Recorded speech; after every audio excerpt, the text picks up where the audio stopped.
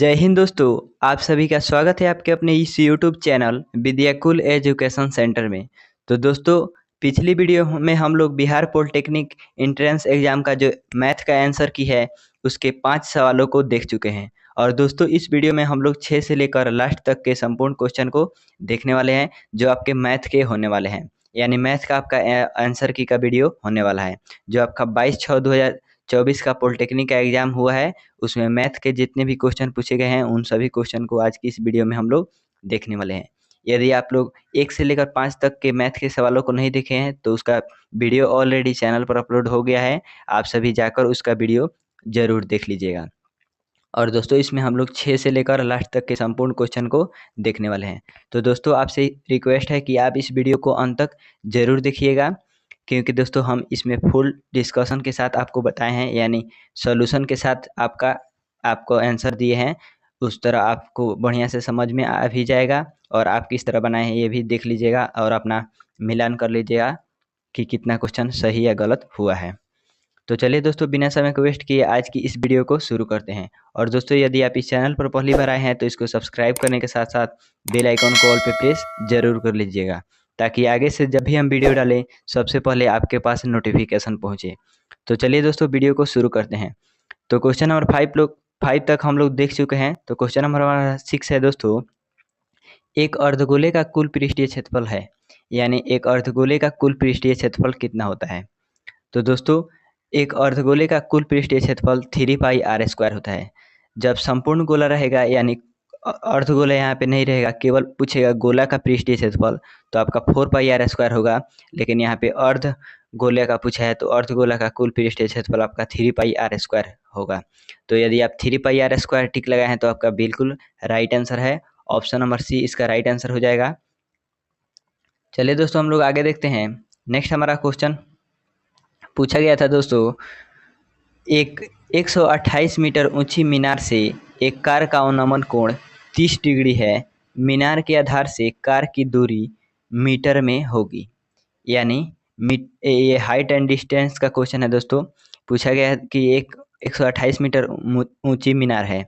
तो दोस्तों, आप लोग जानते हैं कि इस तरह के सवाल को इस तरह मतलब त्रिभुज के द्वारा बनाया जाता है। तो सबसे पहले यहाँ पे 128 मीटर ऊंची मीनार है और उसके बाद बोला गया है कि 30 डिग्री का अवनमन कोण।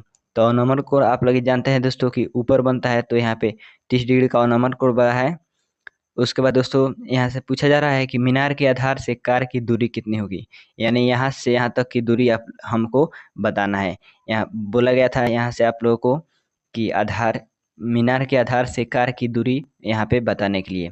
तो मीनार के आधार से कार की दूरी निकालने के लिए दोस्तों आप लोग यहाँ पे 30 डिग्री है और यहाँ पे 30 डिग्री, तो मतलब जितना भी यहाँ पे दूरी दिया रहता है, सॉरी दोस्तों, आपका जितना भी ऊंचाई दिया रहता है उसमें अगर अवनमन कोण रहेगा और 60 डिग्री रहेगा तो उसमें √3 से गुना कर देते हैं। तो 128 में यदि आप √3 से गुना कीजिएगा तो आपका 128 √3 आ जाएगा। और 128 √3 आपका ऑप्शन नंबर ए में दिया हुआ है। तो यदि आप लोग ऑप्शन नंबर ए लगाए हैं, यानी 128 √3 यदि आपका जिस भी ऑप्शन में था, आशा करते हैं हम कि इसी तरह का ऑप्शन होगा। लेकिन यदि जिस तरह का भी ऑप्शन था, यदि आप 128 √3 लगाए हैं तो आपका बिल्कुल राइट आंसर हो जाएगा। नेक्स्ट क्वेश्चन पूछा गया था दोस्तों। नेक्स्ट क्वेश्चन आपसे पूछा गया था क्यूब रूट, यानी जब रूट के अंदर 3 रहता है दोस्तों तो इसको हम लोग क्यूब रूट कहते हैं। तो क्यूब रूट के अंदर 2⁴ यानी इस तरह का सवाल दिया गया था और पूछा गया था कि इसका मान कितना होगा। तो दोस्तों, इसको चलिए हम लोग सॉल्व करके देखते हैं कि इसका मान कितना होता है। तो दोस्तों, आप लोग देख सकते हैं यहाँ पे पहले हम क्वेश्चन लिख लिए हैं। उसके बाद यहाँ पे 2⁴ और √2⁵ है और गुना 2⁴ है। यहाँ से जो 2⁶ है दोस्तों, तो 2⁶ आप रूट में से निकालिएगा तो यहाँ पे 2⁴ बच जाएगा। उसके बाद यहाँ पे देखिए 2⁴ और गुना 2⁵, यानी 2⁵ में से जब 2⁵ घटाइएगा तो 2⁵ बच जाएगा। और उसके बाद 2⁵ जब -3 है दोस्तों तो इसको आप लोग लिख सकते हैं 1/2⁵ लिख सकते हैं। तो 1/2⁵ यहाँ पे हम लोग लिख लिए हैं। उसके बाद यहाँ पे 2⁵ पहले से है, 1/2⁵ है तो दो यानी 2 की संख्या 3 बार है तो 1 2 निकल जाएगा, तो 2 का पावर 4 हो जाएगा। 2 का पावर 4 और बटा में 2, तो इस तरह आप इसको काटिएगा तो 3 मर्द में कट जाएगा, यानी 2 का पावर 3 बच जाएगा। और 2 का पावर 3 बच जाएगा तो यहाँ से 1 2 निकल जाएगा, तो इसलिए आपका 2 राइट आंसर हो जाएगा, यानी इसका right answer option number A हो जाएगा। यदि आप ऑप्शन नंबर ए लगाए हैं तो आपका बिल्कुल राइट आंसर है, यानी यदि आप 2 सही 2 इसका आंसर लगाए हैं तो आपका बिल्कुल राइट आंसर है। चलिए नेक्स्ट क्वेश्चन हम लोग देखते हैं। नेक्स्ट हमारा क्वेश्चन है दोस्तों, नेक्स्ट आपसे पूछा गया था क्वेश्चन, एक चतुर्भुज के कोणों का अनुपात 2:3:6:7 है, सबसे छोटा कोण का मान कितना होगा। यानी चतुर्भुज के कोणों का अनुपात दिया गया था और इसमें पूछा गया था सबसे छोटे कोण का मान कितना होगा। तो चलिए हम इसको सॉल्व करके देखते हैं। तो दोस्तों सबसे पहले जितना भी चतुर्भुज का कोण दिया है हुआ है उसको आप लोगों को जोड़ लेना है। तो आप जोड़िएगा तो 2 3 5 हो जाएगा, 5 6 आपका 11 और 11 7 18 हो जाएगा, तो हम 18 लिख दिए हैं। उसके बाद दोस्तों आप लोग जानते हैं कि चतुर्भुज के चारों कोणों का योग 360 डिग्री होता है, और 360 डिग्री में आप 18 से भागा दीजिएगा तो 18 दूना 36 यानी 20 बार में कट जाएगा, तो 20 डिग्री हो जाएगा आपका। मान लीजिए यदि आप लोग x मानकर बना रहे हैं तो x का मान आपका 20 डिग्री हो जाएगा। और उसके बाद सबसे पहला कोण में गुना कीजिएगा 20 से तो 20 दूना 40 हो जाएगा, दूसरा में कीजिएगा तो 20 तिया 60, तीसरा में कीजिएगा 20 छक 120 हो जाएगा, और चौथा में कीजिएगा तो 20 सत्ते 140 हो जाएगा। तो पूछा गया था दोस्तों हम लोग से सबसे छोटा कोण, तो आप सभी देख सकते हैं कि यहाँ पे सबसे छोटा कोण 40 डिग्री है, यानी सबसे छोटा कोण हमारा 40 डिग्री हो जाएगा, तो इसका option number B right answer हो जाएगा। यदि आप 40 डिग्री लगाए हैं चतुर्भुज वाले क्वेश्चन का तो आपका बिल्कुल राइट आंसर है। चलिए दोस्तों हम लोग नेक्स्ट क्वेश्चन देखते हैं। नेक्स्ट क्वेश्चन नंबर 10 पूछा गया था दोस्तों। दोस्तों ये आपके किसी भी नंबर में हो सकता है, लेकिन हमारा क्वेश्चन नंबर 10 है। तो चलिए 10 नंबर क्वेश्चन है दोस्तों, इस तरह का क्वेश्चन दिया गया था 789 गुना 789, यानी इस प्रकार का क्वेश्चन दिया गया था और पूछा गया था कि बराबर है, यानी यह किसके बराबर है। तो दोस्तों यह बहुत ही इजी क्वेश्चन है। इसको सॉल्व करने के लिए हम लोग एक सूत्र का प्रयोग करते हैं।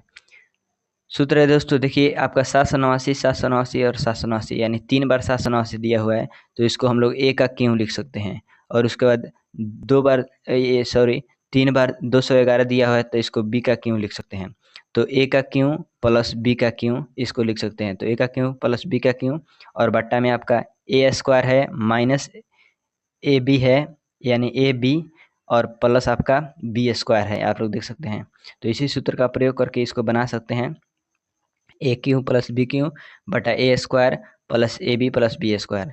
इसको जब आप सॉल्व कीजिएगा तो ए का क्यू प्लस बी का क्यू, इसके बदले में आप लिख सकते हैं a plus b into a square plus a b plus b square, और बटा में आपका already a square plus a b plus b square है, तो इससे आपका ये कट जाएगा, तो आपका केवल क्या बच जाएगा, ए प्लस बी बच जाएगा। और ए का मान दोस्तों आपका 789 है और बी का मान 211 है, तो 789 में 211 जोड़िएगा तो आपका टोटल 1000 हो जाएगा। तो यदि आप 1000 लगाए हैं यानी 1000 आपका ऑप्शन नंबर ए में है, यदि आप 1000 लगाए हैं तो आपका बिल्कुल राइट आंसर है ऑप्शन नंबर ए 1000। 1000 आपका बिल्कुल राइट आंसर हो जाएगा। दोस्तों यदि आपको ये वीडियो पसंद आ रही है तो इसको लाइक ज़रूर कर लीजिएगा, ताकि हमको भी मोटिवेशन मिलेगा इस तरह की वीडियो बनाने के लिए। नेक्स्ट हमारा क्वेश्चन नंबर 11 है दोस्तों, यदि b by A is equal to 0.25 है तो 2a माइनस बी बट्टा 2a प्लस बी प्लस 2/9 का मान बराबर होगा, यानी यह किसके बराबर होगा, यानी इतना का मान कितना आएगा, यही हम लोग को निकालना है। तो दोस्तों सबसे पहले आप लोग यहाँ पे देख लीजिए कि b बाई ए है, इसका मान 0.25 दिया हुआ है, तो आप पॉइंट को ऊपर से हटाइएगा तो यहाँ पे नीचे कितना आ जाएगा 100 आ जाएगा, और इसको काटिएगा 25 चौका 100, यानी आपका 1/4 आ जाएगा। और यहाँ पे b बाई ए दिया हुआ है तो a का मान यहाँ से आप लोग देख सकते हैं 4 और b का मान 1 आया है, तो वहीं हम लिखे हैं एक a बराबर 4 और b बराबर 1। तो a बराबर 4 और b बराबर 1 हो गया दोस्तों। यहाँ पे a बराबर 4 है हमारा, सॉरी एक सेकेंड, a बराबर हमारा 4 है यहाँ पे, और b बराबर यहाँ पे हमारा 1 है। तो a का मान यहाँ पे 4 रखेंगे तो 4, यहाँ पे 2 गुना 4 हो जाएगा, और माइनस b का मान 1 है तो 1 हो जाएगा, फिर 2 गुना 4 और b का मान 1 है तो 1 हो जाएगा। तो 4 दूना 8 और माइनस 1 हो जाएगा दोस्तों आपका 7, और नीचे आपका 4 दूना 8 और 1 9 हो जाएगा, यानी 7/9 हो जाएगा, और 2/9 आपका पहले से दिया हुआ है। तो 7/9 अब प्लस 2/9 हो जाएगा, तो 7 और 2 9 हो जाएगा, यानी 9 बटा हमारा 9 हो जाएगा, और 9/9 यानी 9 से 9 कट जाएगा तो 1 आ जाएगा, तो 1 इसका बिल्कुल राइट आंसर हो जाएगा। तो यदि आप ऑप्शन नंबर बी, यानी आपका कोई भी ऑप्शन हो सकता है, यदि आप इसका ऑप्शन एक सही करके आए हैं, यानी आप लोग इस सवाल का एक आंसर टिक किए हैं, तो आपका बिल्कुल राइट आंसर हो जाएगा। यदि आपका ऑप्शन नंबर बी में था तो ऑप्शन नंबर बी आपका बिल्कुल राइट आंसर हो जाएगा। चलिए दोस्तों हम लोग नेक्स्ट क्वेश्चन देखते हैं। नेक्स्ट क्वेश्चन पूछा गया था, यदि 1/3.718 इजकल टू 0.2689 है, तो 1 यानी इतना का मान हम लोगों को ज्ञात करना है। इतना दिया हुआ है दोस्तों और इतना का मान ज्ञात करना है। तो चलिए हम लोग इसको सॉल्व करके देखते हैं। सबसे पहले दोस्तों जो इतना दिया हुआ है, इसको हम लोग थोड़ा सा छोटा करके देखते हैं। तो 1/0.003718 दिया हुआ है, इसको हम लोग 1/3.718 लिख सकते हैं, क्योंकि यह जब पॉइंट है दोस्तों, इसको आप 3 पॉइंट लाइएगा, यानी जैसे आप 0.000378 है, यदि आप इस पॉइंट को यहाँ पे 3 के बाद लाइएगा तो यहाँ पे 10 का पावर -4 हो जाएगा, यानी 4 जीरो आपका माइनस में हो जाएगा। तो यहाँ पे हम उसी तरह किए हैं, 3 यहाँ पे जो दशमलव है इसको 3 के साथ लाए हैं और 3.718 लिख दिए हैं, उसके बाद 10 का पावर -4 लिख दिए हैं। और उसके बाद यहाँ पे देख सकते हैं दोस्तों, क्वेश्चन में इसका मान दिया हुआ है 1/3.718 का मान आप लोग देख सकते हैं कि 0.2689 दिया हुआ है। तो वहीं हम लोग लिख लिए हैं यहाँ पे 0.2689, और आपका 10 का पावर 4 जो माइनस में नीचे था वो ऊपर चला जाएगा, और यहाँ से आप दशमलव हटाइएगा तो नीचे 4 जीरो आ जाएगा। तो 10 का पावर 4 से ये 4 जीरो वाला कट जाएगा और आपका 2689 बच जाएगा। तो 2689 आपका ऑप्शन नंबर ए में था, तो आपका ऑप्शन नंबर ए बिल्कुल राइट आंसर हो जाएगा। यदि आप ऑप्शन नंबर ए लगाए हैं तो आपका बिल्कुल राइट आंसर है। नेक्स्ट क्वेश्चन देखते हैं दोस्तों। नेक्स्ट क्वेश्चन पूछा गया था, किसका मान सर्वाधिक है, यानी इनमें से किसका मान सबसे अधिक है। तो दोस्तों हम लोग पूरा क्वेश्चन को डिटेल में और सॉल्यूशन के साथ देख रहे हैं, तो आप इस वीडियो को एक लाइक जरूर कर दीजिएगा। दोस्तों पूछा गया था कि इसका मान सर्वाधिक है, यानी सबसे अधिक किसका मान है। तो दोस्तों चलिए हम लोग इसको पहले सॉल्व करके देखते हैं कि किसका मान सर्वाधिक आ रहा है। सबसे पहले दोस्तों आप लोग को भिन्न का तुलना करने के बारे में बताया गया होगा, आप जहाँ भी पढ़े होंगे आप लोगों को भिन्न का तुलना करने के बारे में बताया गया होगा। तो चलिए हम लोग ऑप्शन से ही भिन्न का तुलना करके देखते हैं। तो सबसे पहले दोस्तों 16 आपका 29 है, तो 16/29 का आप लोग 5/8 के साथ, यानी दूसरे ऑप्शन के साथ रखिएगा।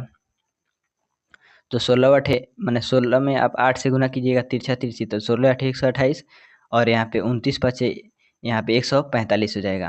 तो 145 और 128 में इसमें सबसे बड़ा है 145, तो ये छोटा हो गया तो इसको छोड़ देंगे, और 5/8 को अब नेक्स्ट ऑप्शन के साथ गुना करेंगे। तो 5/8 को नेक्स्ट ऑप्शन के साथ गुना कीजिएगा तो इसका मान 104 आ रहा है और इसका मान 80, यानी ये हमारा छोटा हो जा रहा है 5/8, तो हमारा बच जा रहा है 13/16। तो 13/16 को अब हम गुना करेंगे नेक्स्ट ऑप्शन के साथ, यानी 7/12 के साथ।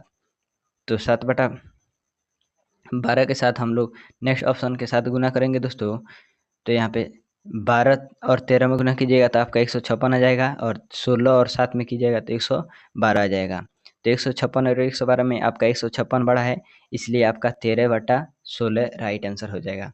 तो यदि आप 13/16 लगाए हैं, यानी ऑप्शन नंबर सी लगाए हैं, तो आपका बिल्कुल राइट आंसर है। चलिए दोस्तों हम लोग नेक्स्ट क्वेश्चन देखते हैं। नेक्स्ट हमारा क्वेश्चन पूछा गया था दोस्तों, यदि एक आयत की प्रत्येक भुजा 50 ये आपका 50% बढ़ा दी जाए तो उसका क्षेत्रफल कितने परसेंट से घट जाएगा, ये सॉरी बढ़ जाएगा। ये क्वेश्चन हमसे कमेंट करके भी पूछा गया था दोस्तों कि इसका आंसर क्या होगा। तो चलिए हम इसको देख लेते हैं कि यदि एक आयत का प्रत्येक भुजा 50% से बढ़ा दिया जाए तो उसका क्षेत्रफल कितने परसेंट से बढ़ जाएगा। यानी कोई आयत है, उसके प्रत्येक भुजा को आप 50% बढ़ाइएगा तो उसका क्षेत्रफल में कितना परसेंट वृद्धि हो जाएगा, ये आपसे पूछा गया था। तो दोस्तों इस क्वेश्चन को आप अपने अपने से मान कोई भी रख सकते हैं। चलिए हम लोग मान यानी आप अपने से आप कितना हो मान रख के बना सकते हैं। हम रखे हैं जैसे आयत की आपका लंबाई देखिए 30 है और चौड़ाई 20 है। आप यहाँ पे कुछ भी मान रख कर बना सकते हैं। तो हम माने हैं दोस्तों आपका आयत का चौड़ाई 20 और आयत की लंबाई 30, यानी एल बराबर आपका लंबाई बराबर 30 माने हैं हम, और बी बराबर आपका 20 माने हैं। तो यहाँ पे आयत का क्षेत्रफल आप निकालिएगा तो आपका 600 आ जाएगा। 600 आ गया। सिंपल में जब आप आयत का क्षेत्रफल निकालें तो 600 आ गया। और उसके बाद यदि हम लोग 50% बढ़ाकर क्षेत्रफल निकालें, यानी 30 का भी 50% बढ़ाएं और 20 का भी 50% बढ़ाएं, तो 30 का 50% बढ़ाइएगा तो 45 हो जाएगा। यानी 30 का 50% आप कीजिएगा तो कितना आ जाएगा, एक जीरो से एक जीरो कट जाएगा और 5 दूना 10 हो जाएगा और 2 से 15 मर्द में कट जाएगा, यानी 15 आएगा और 30 पहले से था। तो 30 और 15 कितना हो जाएगा, 45। यानी 30 का 50% 45 और 20 का 50% 30 हो जाएगा। तो 45 में 30 से गुना कीजिएगा तो 1350 आ जाएगा। तो दोस्तों पहले हमारा क्षेत्रफल आया था दोस्तों 600, और जब हम 50% बढ़ाएं तो हमारा क्षेत्रफल आ गया 1350। तो 6 का दो दुगुना आपका 1200 होता है दोस्तों।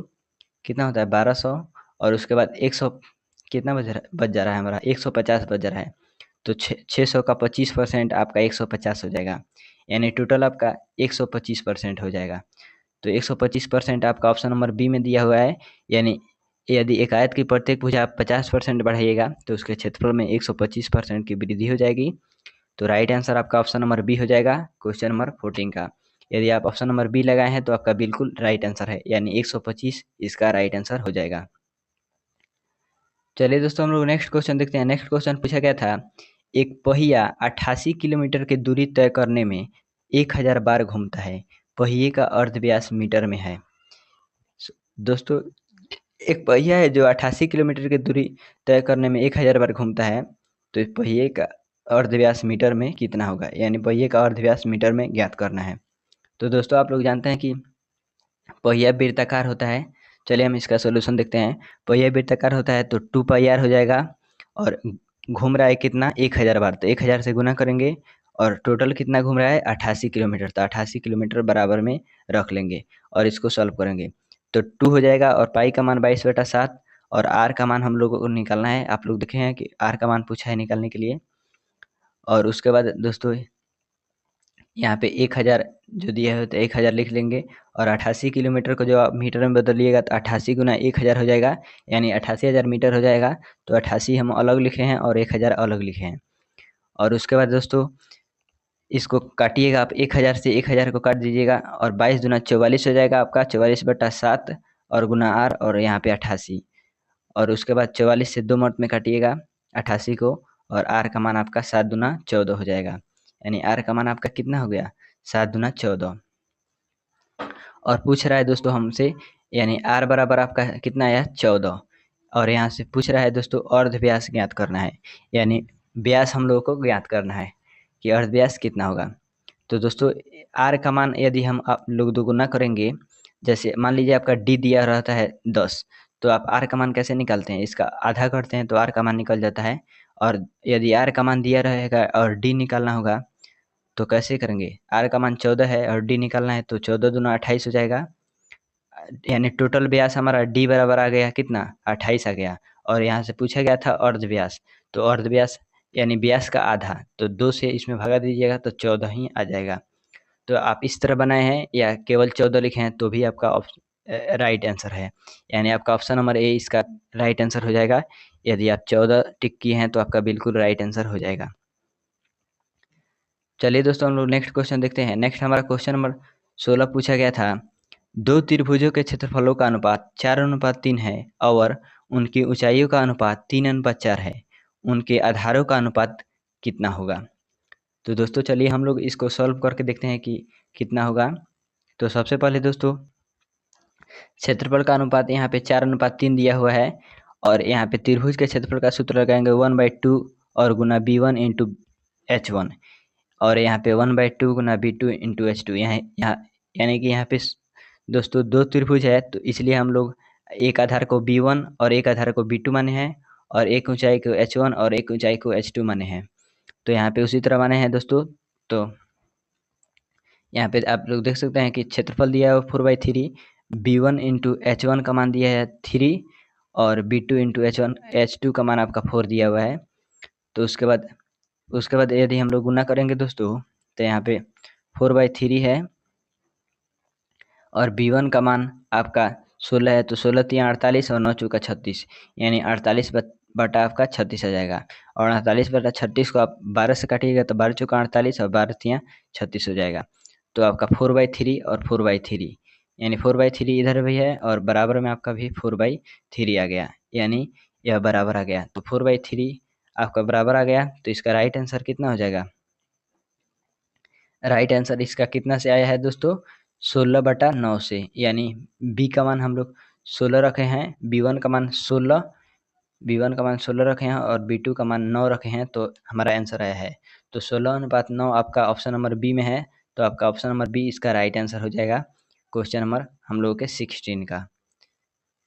चलिए दोस्तों हम लोग नेक्स्ट क्वेश्चन देखते हैं। नेक्स्ट हमारा क्वेश्चन 17 नंबर है, निम्नलिखित में से किसका परिमाप सबसे अधिक होगा, यानी सबसे अधिक इनमें से किसका परिमाप होगा। तो आपके पास 4 ऑप्शन दिया गया था। पहला, एक वर्ग की जिसकी भुजाएं 10 सेमी है, इसका परिमाप अधिक होगा। या फिर ऑप्शन नंबर बी में है, एक आयत जिसकी भुजाएं 12 और 9 सेमी है।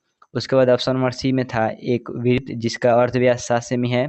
या फिर ऑप्शन नंबर डी, एक समचतुर्भुज जिसकी भुजाएं 9 सेमी है। यानी इनमें से किसका परिमाप सबसे अधिक होगा, यही आप लोगों को बताना था। तो चलिए हम इसका सोल्यूशन देखते हैं। बारी बारी से सभी ऑप्शन का सोल्यूशन देखते हैं दोस्तों। तो ऑप्शन नंबर ए में था दोस्तों कि एक वर्ग है जिसकी एक भुजा है आपका 10 सेमी, इसका परिमाप। तो वर्ग का परिमाप आप लोग जानते हैं दोस्तों कि 4 इंटू ए होता है, यानी 4 गुना भुजा होता है। तो 4 इंटू ए का मान आपका 10 है, तो 10 चौका 40 हो जाएगा। तो 40 आ गया हमारा ऑप्शन नंबर ए का। सॉरी, ऑप्शन नंबर ए का हमारा मान कितना आ गया? 40 आ गया। इसी तरह हम सभी मान निकाल कर देखते हैं और जिसका भी मान सर्वाधिक आएगा वहीं हमारा आंसर आ जाएगा। तो ऑप्शन नंबर ए का मान हमारा 40 आया। ऑप्शन नंबर बी में पूछा गया था दोस्तों आयत का परिमाप। तो आयत का परिमाप यहाँ से निकाले हैं दोस्तों, तो हमारा 42 सेमी आया है। आप लोग देख सकते हैं सोल्यूशन किस तरह सोल्यूशन हुआ है। उसके बाद यहाँ से दोस्तों ऑप्शन नंबर सी में पूछा गया था। ऑप्शन नंबर सी में यहाँ पूछा गया था, एक वृत्त जिसका अर्धव्यास 7 सेमी है। तो यहाँ पे ऑप्शन नंबर सी में आप लोग देख सकते हैं, वृत्त का अर्धव्यास यानी d/2 आपका 7 सेमी है। तो d निकालिएगा तो 14 सेमी और r का मान यहाँ पे 7 सेमी।